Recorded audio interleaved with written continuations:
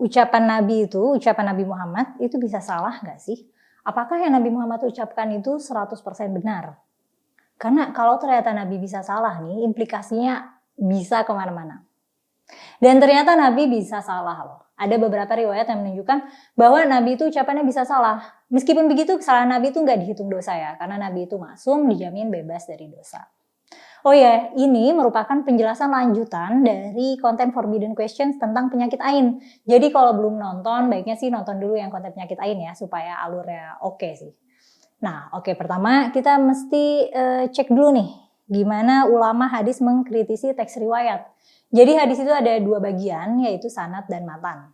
Sanad itu rantai periwayat yang kayak misalnya haddatsana Abdullah an Abi Hurairah, qala Rasulullah gitu. Nah, jadi misalnya kayak bagian-bagian Abdullah bercerita dari Abu Hurairah, katanya Nabi bersabda. Nah, bagian-bagian yang kayak gitu itu namanya sanad, rantai periwayat. Nah, terus bagian misalnya Nabi bersabda penyakit ain itu nyata gitu, al-ainul haq, al-ainu haq. Nah, bagian ini namanya matan, alias isi, alias substansi. Dalam studi hadis ada yang namanya kritik sanad, ada yang namanya kritik matan. Dalam kritik sanad itu orang-orang yang meriwayatkan hadis itu akan dipretelin track recordnya. Apakah mereka pernah bohong? Apa mereka benar bisa dipercaya? Ataukah mereka sehat? Dan apakah mereka bertingkah laku baik?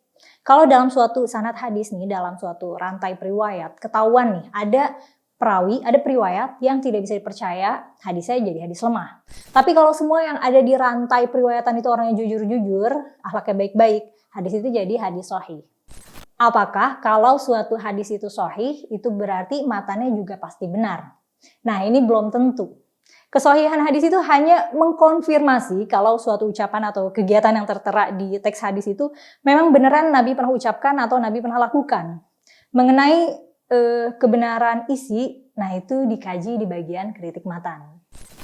Kritik matan itu ketika ulama hadis mengkaji teks dari cerita tentang Nabi atau ucapan Nabi, ini akan diperiksa nih. Bagaimana korelasinya dalam lini masa sejarah, bagaimana dampaknya bagi masyarakat saat itu, dan apakah memang sesuai dengan fakta, apakah sesuai dengan realita. Loh, emangnya ada ya riwayat Nabi yang gak sesuai dengan realita? Ada, dan aku akan cerita lebih lengkapnya di YouTube ya. Oh, dan aku selalu mencantumkan referensi di kolom deskripsi. Halo, aku Mela, kembali lagi di Forbidden Questions, tempat kita mengeksplorasi pertanyaan tentang budaya dan agama. Forbidden Question kita hari ini adalah, apakah Nabi bisa salah?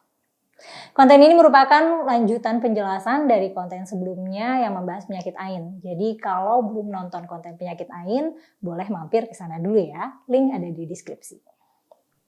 Nah, jadi ada beberapa riwayat yang meskipun sanadnya sahih, isinya tidak mempresentasikan realita. Misalnya ada hadis yang nyuruh untuk bunuh cicak. Nah, katanya cicak itu dulu waktu insiden Nabi Ibrahim dibakar, cicak tuh bantuin niup-niup api supaya apinya tambah besar.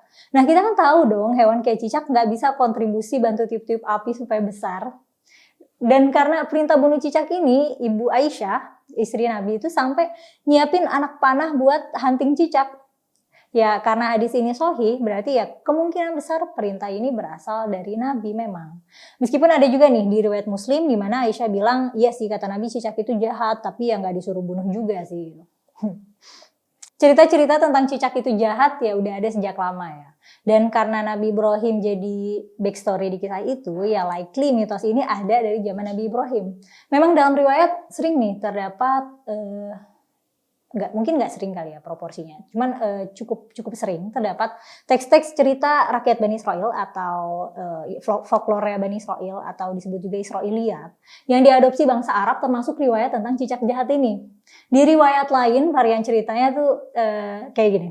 Waktu Nabi Ibrahim dibakar Raja Namrud, ada cicak dan semut. Redaksi lain bilang cicak dan kodok. Nah, waktu itu semut bantuin memadamkan, dibantuin burung kecil yang netesin air dari mulutnya. Sementara cicak nih malah niupin apinya supaya tambah gede gitu. Mungkin cicak ini kayak tukang sate yang kipas-kipas supaya apinya gede atau gimana, nggak tahu. Kalau kita perhatikan kan cerita ini kayak dongeng anak-anak ya, terdengar nggak mungkin gitu.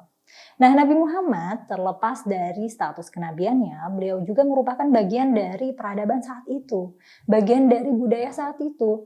Bisa jadi beliau dapat referensinya dari penyair dan pendongeng saat itu. Nah, cuman masalahnya kan yang Nabi ucapkan itu ada konsekuensi hukumnya ya, jadi hukumnya. Jadi implikasinya tuh kadang ada aja nih yang mempraktekkan sesuatu berdasarkan mitos. Ada aja yang bilang bunuh cicak itu sunnah gitu. Ada juga nih riwayat lain yang menunjukkan kalau Nabi itu melakukan kesalahan. Tapi ya ada konfirmasinya dari Nabi kalau Nabi itu salah atau ada tegurannya di Al-Quran. Suatu ketika Nabi ngelewatin kelompok orang yang lagi berkebun dan mereka lagi nerapin teknik kawin gitu ke pohon kurma, ngawinin pohon kurma.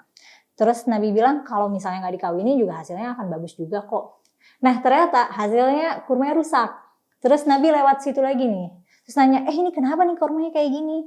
Terus dijawab, kan Nabi yang menyarankan gitu. Terus Nabi yang ngelesnya, ya kalian kan lebih ngerti urusan kalian. Ya mungkin karena mereka emang tukang kebun ya, lebih ngerti urusan perkebunan dibanding Nabi. Nabi kan backgroundnya pengembala kambing. Nabi itu orang Mekah yang nggak berkebun.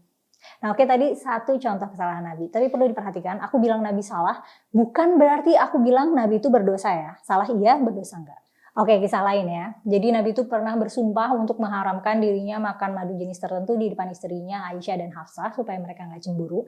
Karena itu jenis madu yang dihidangkan Zainab, istri Nabi yang lain. Nah kalau Nabi balik dari rumah Zainab, Aisyah dan Hafsah tuh sepakat untuk ngatain Nabi mulutnya bau madu nggak enak gitu. Terus Nabi ditegur sama Allah melalui permulaan surat At-Tahrim. Karena kok Nabi mengharamkan yang halal sih? Nah terus di dalam cerita ini apakah Nabi salah? Iya. Apakah Nabi dosa? Enggak. Karena Nabi sudah dinyatakan maksum alias kebal dosa. Nabi juga pernah tuh mengabaikan dan nyemberutin orang buta yang deketin Nabi. Terus ditegur melalui surat Abasa di Al-Quran. Kok Nabi gitu, giran orang besar diladenin, giran orang buta malah cemberut dan buang muka. Nah di sini juga kan Nabi salah ya, tapi Nabi nggak dosa. Ada juga nih cerita lain, Nabi pernah dapat pertanyaan titipan dari pendeta Yahudi, terus Nabi bilang, besok ya jawabnya gitu. Nah beliau berharap at least sampai besok ada wahyu turun buat ngejawab pertanyaan itu. Ternyata sampai besok nggak ada tuh. Terus ditegur sama Allah melalui surat Al-Kahfi ayat 23-24. Tegurannya tuh makanya jangan janjiin sesuatu ke orang kecuali bilang insya Allah gitu. Insya Allah kan artinya jika Allah menghendaki. Pernah juga waktu lagi perang Badar, Nabi bingung nih tawanan perangnya mau diapain. Karena belum ada petunjuk dari Allah. Nah kata Abu Bakar, lepas aja jadi tebusan, nanti mereka juga taubat. Nah kalau kata Umar, bunuhin aja, soalnya mereka kan jahat. Nah Nabi ikut pendapatnya Abu Bakar nih, tawanannya dilepas. Terus ditegur lewat surat Al-Anfal ayat 67-68. Katanya harusnya tadi itu dibunuhin aja, ikutin kata Umar. Karena kalau dilepas justru bahaya. Nah di sini Nabi salah nih ambil keputusan, tapi ya Nabi tetap nggak berdosa. Waktu lagi perang Badar juga Nabi pernah tuh nyaranin untuk istirahat di suatu pos. Terus ditanya nih sama Hubab, sama sahabat. Nah ini ya Nabi ini tuh pendapat kamu dalam strategi perang atau pendapat kamu ini petunjuk dari Allah? Terus Nabi bilang itu pendapat dia aja, pendapat personal dia aja. Terus kata Hubab, oh kalau gitu aku punya pendapat yang lebih baik. Kita istirahat di pos yang lebih dekat sumber air aja. Supaya suplai air buat tentara kita lebih terjamin. Nah terus Nabi setuju. Biasanya ulama hadis mengklasifikasi mana perbuatan dan ucapan Nabi yang termasuk wahyu, mana yang sebagai pemimpin dan mana yang sebagai manusia biasa yang bisa salah. Karena repot nih kalau semua dianggap pasti mutlak benar, terutama jika faktanya tuh jelas-jelas bertentangan dengan riwayat. Di studi kritik matan itu emang kerjaannya tuh meriksa korelasi dengan konteks sejarah budaya. Karena menggunakan hadis sebagai referensi kebenaran mutlak itu nggak bisa dilakukan. Selain karena harus cross-checking nih sama riwayat-riwayat kontradiktif, harus cari matan pendukung dan pembanding juga. Biasanya disebutnya matan syawahid ya.